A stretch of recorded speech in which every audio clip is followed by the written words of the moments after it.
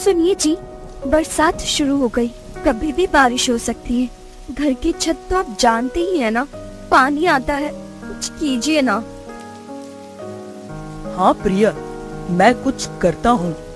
Factory जाकर देखता हूँ, वो लोग अगर कुछ मदद करेंगे तो मैं घर की छत ठीक करवा दूंगा।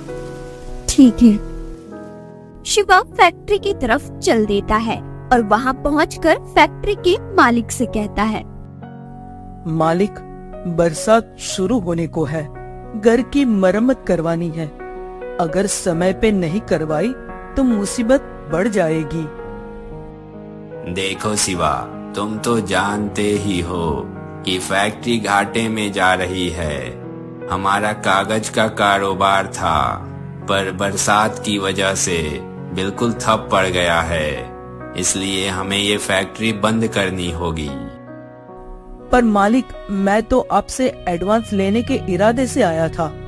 उल्टा आप तो मुझसे मेरा रोजगार भी छीन रहे हो। ऐसे में मुझे काम कहाँ मिलेगा? शिवा, मैं तुम्हारी हालत अच्छे से समझता हूँ। धंधा वैसे ही चौपट पड़ गया है।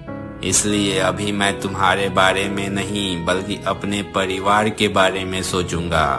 तो तुम जाओ और कहीं और काम ढूंढ लो, और मुझे भी ढूंढना पड़ेगा कोई काम जिससे घर में राशन जमा कर सकूं। बरसात में बच्चों को दिक्कत ना हो। तुम भी अपना और अपने परिवार का ख्याल रखना।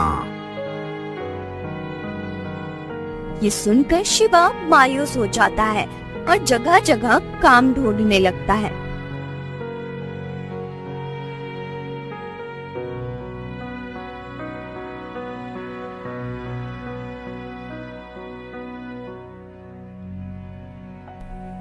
सुबह से रात हो गई। जया को बोलकर आया था कि छत का इंतजाम कर दूंगा, पर यहाँ तो नौकरी भी चली गई। घर ठीक होना तो छोड़ो, खाने तक का इंतजाम नहीं कर पाया। तभी जोर जोर से बादल गरजने लगते हैं। हे भगवान, लगता है बारिश होने वाली है। मुझे तुरंत घर पहुंचना होगा, वरना जया अकेले कैसे संभालेगी। शिवा घर की तरफ चलने लगता है। तभी तेज बारिश शुरू हो जाती है। हे भगवान, इतनी तेज बारिश, अभी घर कैसे जाऊं? तभी शिवा की नजर एक दुकान पर पड़ती है। थोड़ी देर इस चाय की दुकान पर रुक जाता हूँ, तब तक बारिश थोड़ी कम हो जाए और घर जाने का रास्ता भी मिल जाए। शिवा एक चाय की दुकान में रुककर बारिश के थमने का इंतजार करने लगता है। भैया, ये बारिश नहीं रुकने वाली। बारिश का रुख बता रहा है। इस बार ये बहुत कुछ करने वाली है। भगवान ना करे ऐसा हो। शुभ शुभ बोलो भाई। अब मेरे शुभ अशुभ से क्या ही होगा भाई। हर जगह एक ही खबर छाई हुई है कि इस बार बाढ़ आने का खतरा है। इसलिए धीरे धीरे गांव के लोग अपने अपने रिश्तेदारों के घर रहने जा रहे हैं। क्या तुम सच कह रहे हो? क्या सच में बाढ़ आ सकती है? हाँ भाई, कल सुबह ही मैं भी अपनी पत्नी और माँ को लेकर अपने ससुराल जा रहा हूँ। वो सुनकर शिवा डर जाता है। हे भगवान, अब क्या होगा? अगर सच में बाढ़ आ गई तो? नहीं नहीं, ये बारिश रुके या ना रुके, मुझे तुरंत घर पहुंचना होगा। ये लो भाई, चाय पी लो। नहीं भाई, धन्यवाद, मैं अपने घर जा रहा हूँ। अरे पर इतनी तेज बारिश में तुम्हारी जान को खतरा हो सकता है। अरे भाई सुनो तो। शिवा बिना जवाब दिए तेज बारिश में घर की तरफ चलने लगता है।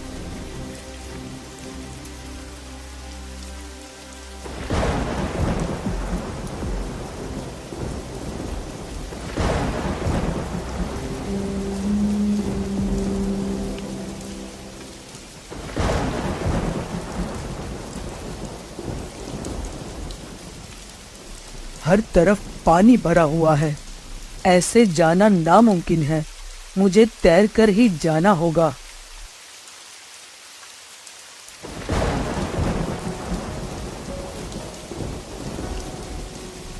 शिवा गहरे पानी में तैरने लगता है और बड़ी मुश्किल से अपने घर पहुंचता है। जैसे ही घर पहुंचा तो उसके होश उड़ गए, क्योंकि पूरे घर में पानी भरा हुआ था। आधी आधी दीवार तक पानी पहुंच गया था। जया, तुम ठीक हो ना? बच्चे ठीक है ना? हाँ, ये देखिए, मैंने बच्चों को उस ऊंचे पलंग पर बिठा दिया है, पर हमें घर से बाहर पानी निकालना होगा। हाँ, चलो निकलते हैं। वो दोनों बाल्टियों से भर भर कर घर से पानी निकालने लगते हैं।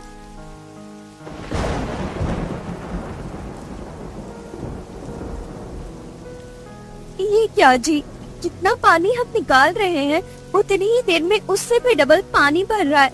ऐसे तो हम लोग डूब जाएंगे। पिताजी, माँ जी, मुझे बहुत डर लग रहा है। इस पानी को रोकिए ना, वरना मैं डूब जाऊंगी। बेटी, घबराओ नहीं, बस अभी निकल जाएगा पानी। आप तो कह रहे थे जी कि छत ठीक करवाने का इंतजाम करने जा रहा हूँ। क्या हुआ? कुछ हुआ इंतजाम? नहीं, उल्टा नौकरी भी चली गई। दिन भर काम ढूंढा, कुछ नहीं मिला। हे भगवान, अब क्या होगा हमारा? इस घर का तो एक मिनट का भी भरोसा नहीं है, कब गिर जाए। ऐसे में कहाँ जाएंगे हम बच्चों को लेकर? तू चिंता ना कर, भगवान है ना, वो जरूर कुछ न कुछ करेंगे। ऐसे तन्हा नहीं छोड़ेंगे हमें। घंटों वो दोनों घर से पानी निकालते रहते हैं। रात की किसी पहर बारिश बंद हुई। माँ, बहुत जोरों की भूख लगी है, कुछ खाने को दो ना। हाँ माँ, मुझे भी भूख लगी है। हाँ, अभी लाती हूँ।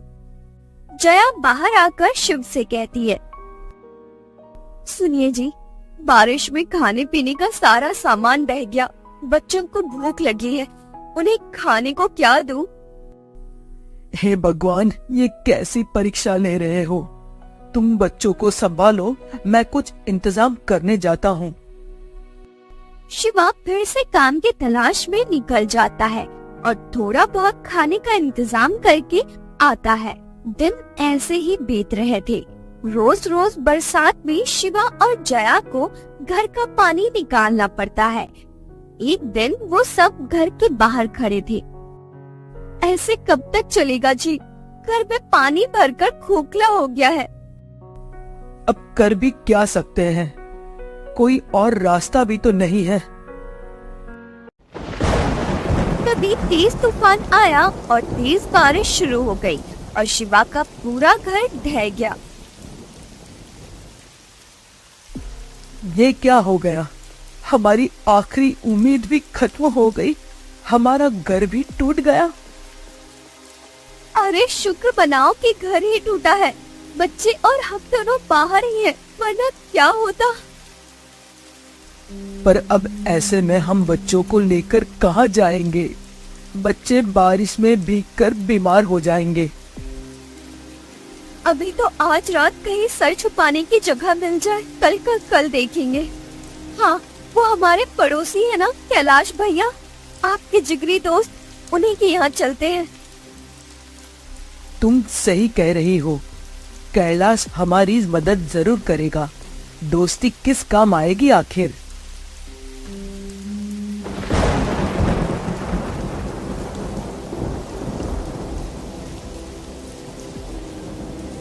वो दोनों बच्चों को लेकर कैलाश के घर की तरफ तेज बारिश में चलते हैं और कैलाश का दरवाजा खटखटाते हैं।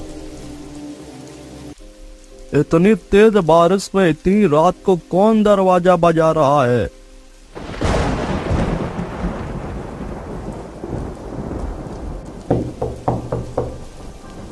अब लेटे लेटे तो कोई दिखेगा नहीं, उठकर देखो ना। देखता हूँ भाग्यवान, भड़क क्यों रही हो? तुम पकौड़े बनाओ ना। कैलाश ने जैसे ही दरवाजा खोला, अरे शिवा, तू पूरे परिवार के साथ यहाँ इस समय सब ठीक तो है ना? कुछ ठीक नहीं है कैलाश। तेज बरसात की वजह से हमारा घर ढह गया है। सड़क पर आ गए हैं हम लोग। बच्चों को लेकर कहाँ जाता, इसलिए यहाँ आ गया। आज की रात क्या हम तेरे घर में रुक सकते हैं?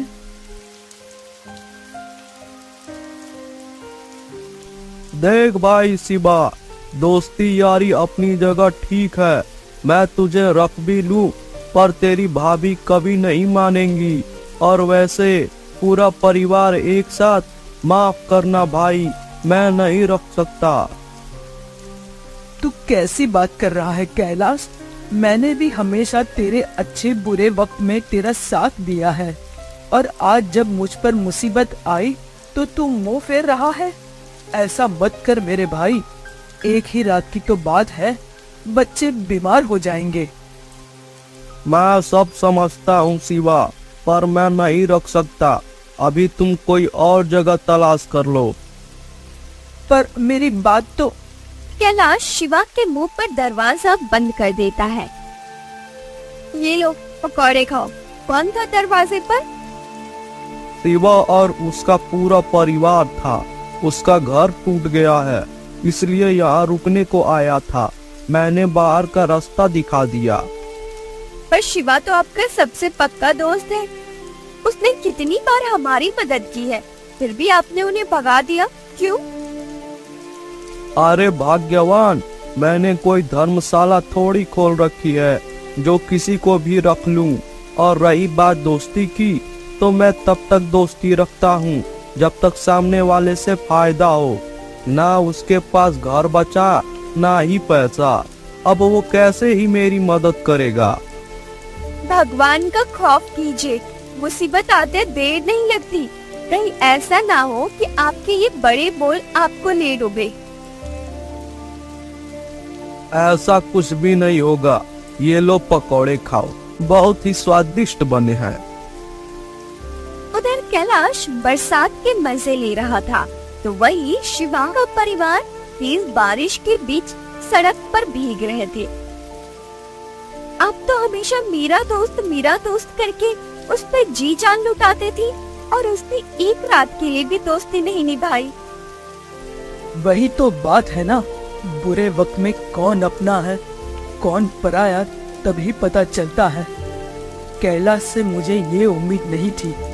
दिल टूट गया आज मेरा। माँ, मुझे बहुत सर्दी लग रही है। हाँ माँ, मेरी तो कंपन ही नहीं रुक रही। क्या हम ऐसे भीगते रहेंगे पिताजी? बस थोड़ा सा बर्दाश्त कर लो मेरे बच्चों, जल्दी हम कोई रहने की जगह ढूंढ लेंगे। जैसे ही जया ने गोलू को गले से लगाया तो वो चिल्ला पड़ी, हे भगवान, गोलू को तो तेज बुखार है। ये तो ठंड से कांप रहा है। अब हम क्या करेंगे? मुखिया जी के घर चलकर देखते हैं। अब वह एक ही है जो हमारी मदद कर सकते हैं। हाँ, जल्दी चलो।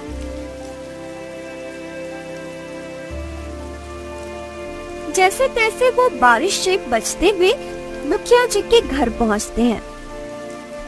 मुखिया जी, बच्चा बीमार है और घर टूट गया है, और बाहर तेज बारिश है। हमारी मदद कर दीजिए। एक रात अपनी हवेली में पनाह दे दीजिए। हा हा हा, यहाँ देख, मेरे माथे पर बेवकूफ लिखा है। नहीं ना, तो तू मुंह उठाए यहाँ क्यों चला आया? मुखिया जी, आप गांव के करता धरता है। अगर बुरे समय में आप ही हमारी मदद नहीं करेंगे तो और कौन करेगा भला?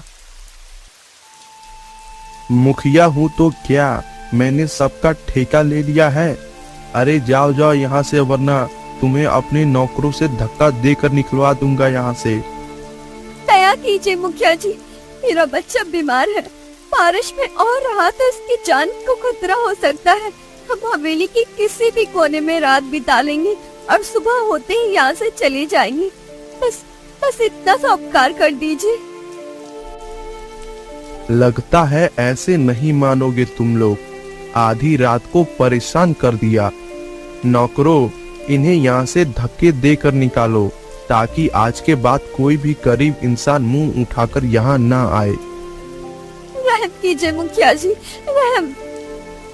मुखिया ने उनकी एक भी नहीं सुनी और मुखिया के आदमी ने उन्हें धक्के देकर हवेली से निकलवा दिया।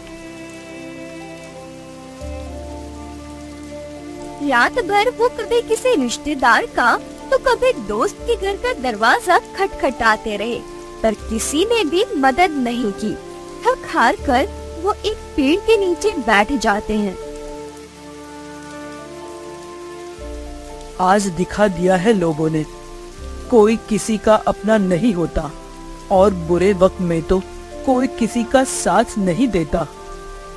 आप हिम्मत मत हारिए जी, इस बुरे समय में हमें और हमारे बच्चे को भी सबक मिलेगा। भगवान हमारे बच्चों की रक्षा करेगा। कैसे रखूं हिम्मत, दिल कर रहा है कोई तो ऐसी जादू की छड़ी मिल जाए जिससे अपने बच्चों के सर पर एक ऐसी छत दे पाऊं जिसे आंधी तूफान भी ना हिला पाए। भरोसा रखिए, एक दिन जरूर हमारे दिन भी बदलेंगे और जिन्होंने आज हमें आंखें दिखाई, भगवान उनकी आंखें एक दिन जरूर झुकाएंगे। रात भर वो ऐसे ही बारिश में भीगते रहे और अपनी किस्मत को रोते रहे।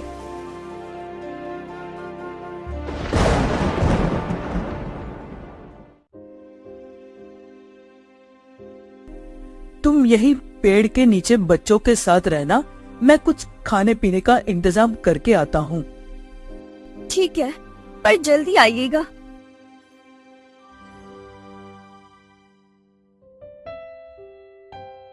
शाम होने से पहले शिवा खाने पीने और गोलू की दवाई का इंतजाम करके आ जाता है। अब बारिश भी नहीं थी तो वो लोग आराम से उस पेड़ के नीचे ही रहने लगे। तभी कैलाश उधर से गुजरा। अरे भाई शिवा, तेरे इतने बुरे दिन आ गए जो ऐसे पेड़ की छांव में रहना पड़ रहा है। थू थू थू, मुझे देखकर बड़ा अफसोस हुआ। बस कैलाश, वक्त वक्त की बात है, आज तुम्हारा समय है। तुम हम पर हंस लो, कल मुझे भी मौका जरूर मिलेगा। सड़क पर आ गए हो फिर भी इतना घमंड, कोई जादू वादू मिल गया है क्या जो इतना घमंड कर रहे हो? चलो कोई बात नहीं, तुम ऐसे ही खाली पीली ही खुश रहो क्योंकि तुम्हारे पास वैसे भी कुछ नहीं है। कैलाश मजाक बनाकर चला तो जाता है, शिवा और जया की आंखों में आंसू आ जाते हैं। तुम दिल पे मत लेना इसकी बात को, मैं जरा कुछ काम देखकर आता हूँ। ठीक है।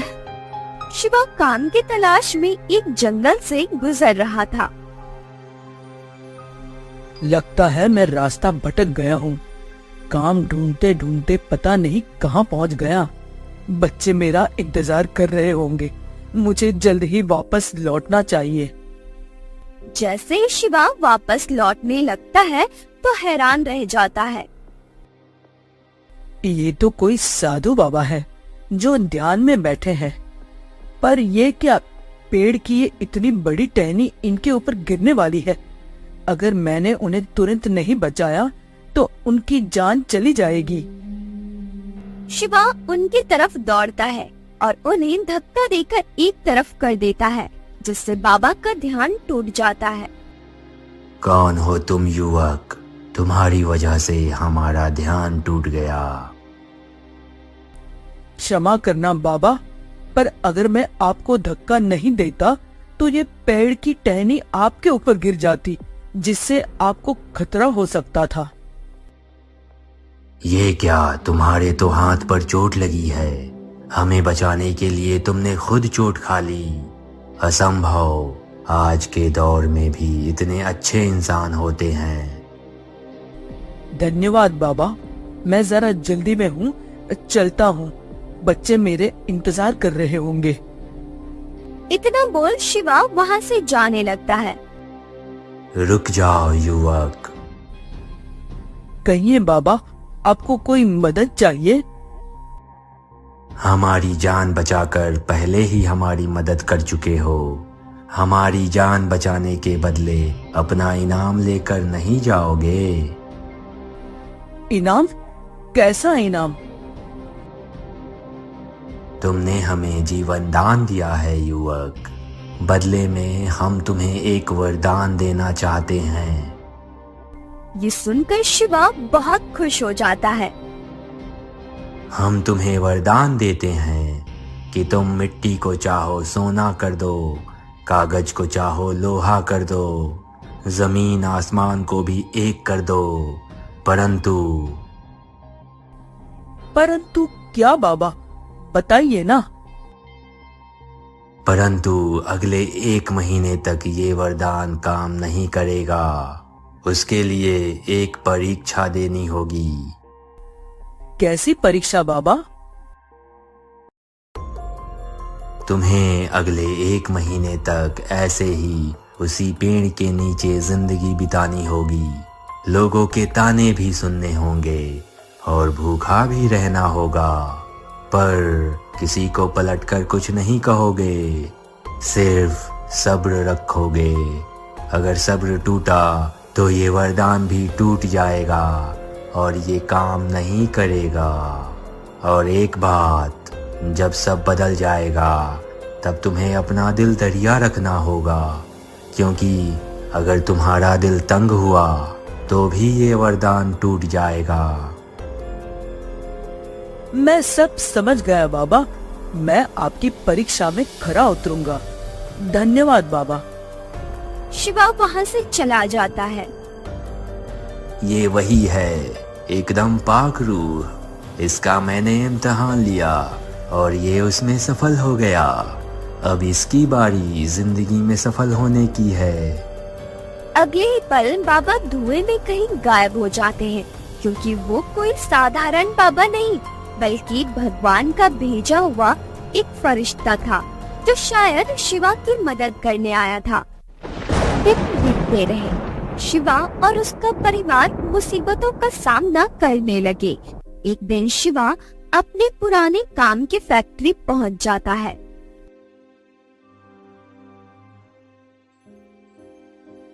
अरे शिवा, तुम यहाँ कैसे आना हुआ? देखो, अगर तुम काम की तलाश में आए हो तो लौट जाओ। मेरे पास कोई काम वाम नहीं है तुम्हारे लिए। अरे नहीं मालिक, मुझे काम नहीं चाहिए। मैं तो आपसे ये कागज लेने आया था। क्या मैं इनमें से थोड़े कागज ले सकता हूँ? वैसे मैंने सुना है तुम्हारे बारे में, पेड़ के नीचे जीवन बिता रहे हो। शायद इसी वजह से दिमाग पे गहरा असर पड़ा है, जो बरसात में कागज लेने की बात कर रहे हो। नहीं मालिक, ऐसी बात नहीं है। बस मुझे कागज दे दीजिए, मुझे इनकी जरूरत है। ठीक है, ले जाओ। वैसे भी अब ये किसी काम के नहीं हैं। धन्यवाद मालिक। शिवा फैक्ट्री से ढेर सारा कागज लेकर अपनी पत्नी के पास पहुंचता है। ये क्या, इतने सारे कागज, इनका क्या करना है आपको? मैं इनका घर बनाऊंगा, एक खूबसूरत सा घर। क्या बैकी बैकी बातें कर रहे हैं? सीमेंट ईंट का घर तो रुका नहीं, कागज का घर क्या खाक रुकेगा? उसकी तुम फिक्र मत करो, मेरा दिल कहता है ये जरूर रुकेगा। अरे पर सुनिए तो। तुम चलो मेरे साथ। राम जाने क्या चल रहा है इनके दिमाग में। शिवा अपनी बीवी को लेकर अपने उस टूटे हुए घर के पास आता है। हम यहाँ कागज का घर बनाएंगे, एक खूबसूरत सा घर। क्या कागज का घर? ये आप क्या कह रहे हैं? कागज का घर भला बरसात में कैसे टिकेगा? लोग हंसेंगे जी हम पर। अगर तुम्हें मुझ पर और मेरे यकीन पर भरोसा है तो जैसा मैं कहता हूँ वैसा करो।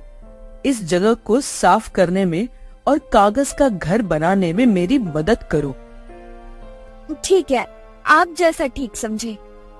वो दोनों मिलकर काम करने लगते हैं और कागज का घर बनाने लगते हैं। ये देख गांव के सारे लोग, कैलाश और मुखिया भी वहाँ इकट्ठा हो जाते हैं। भाई शिवा, माना कि तेरे बुरे दिन चल रहे हैं, पर उसमें ऐसा पागलपन करने का क्या फायदा। हाँ कैलाश बिल्कुल सही कह रहा है। अरे तेरा सीमेंट मिट्टी का घर तो रुका नहीं, ये कागज का क्या टिकेगा। वही तो मैं भी कह रहा हूँ, बेचारे को दिमाग की इलाज की जरूरत है। अरे कोई इस पागल आदमी को निकालो यहाँ से। छोटा बच्चा है जो कागज का घर बना रहा है। बचपन में कागज की नाव बनाते थे, शायद वो नहीं बन पाया होगा, वही शौक पूरा कर रहा है। हा हा हा, एकदम सही कहा भाई। ये सुनकर गांव के सारे लोग शिवा और उसकी पत्नी पर हंसने लगते हैं और जया को बहुत गुस्सा आ जाता है। वो उनको जवाब देने जाने लगती है। तभी तुम उन्हें कुछ भी नहीं कहोगी, कोई जवाब नहीं दोगी, क्योंकि अगर हमने सब्र नहीं किया तो हम जो चाहते हैं वो कभी नहीं होगा और हमारी सारी मेहनत बेकार जाएगी।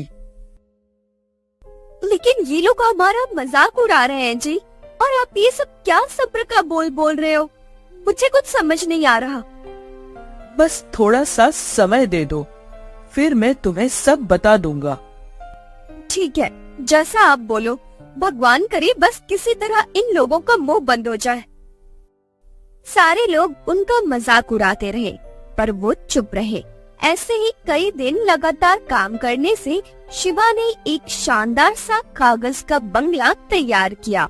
वो इतना खूबसूरत था जिसे देख सबके होश उड़ गए।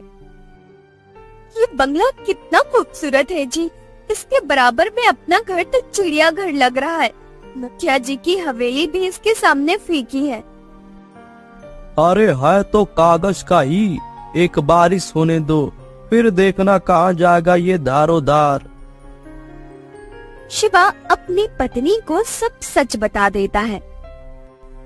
मुझे बाबा ने वरदान दिया था कि तेरे घर छूने से कागज भी लोहा हो जाए। अब मैं इसको छू कर देखता हूँ कि सच होता है कि नहीं। शिवा ने अपने हाथों से दीवार को छुआ और बोला, हे भगवान, ये कागज का घर लोहे का हो जाए। आंधी, बाढ़, आग और तूफान भी इसका कुछ ना बिगाड़ पाए। तुरंत ही एक बिजली सी कड़की और वो कागज का घर लोहे से भी मजबूत हो गया।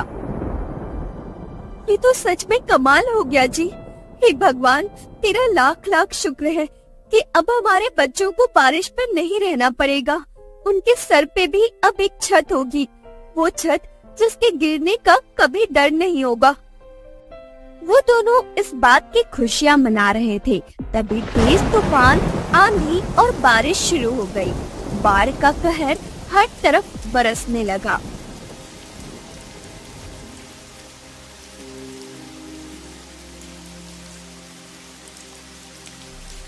अरे भागो भागो, बाढ़ आ गई, बाढ़ आ गई, सबके घर डूब रहे हैं, सबके घर टूटकर बिखर रहे हैं। मेरी तो इतनी मजबूत हवेली थी, वो भी ढह गई। हे भगवान, ये कैसा कहर है।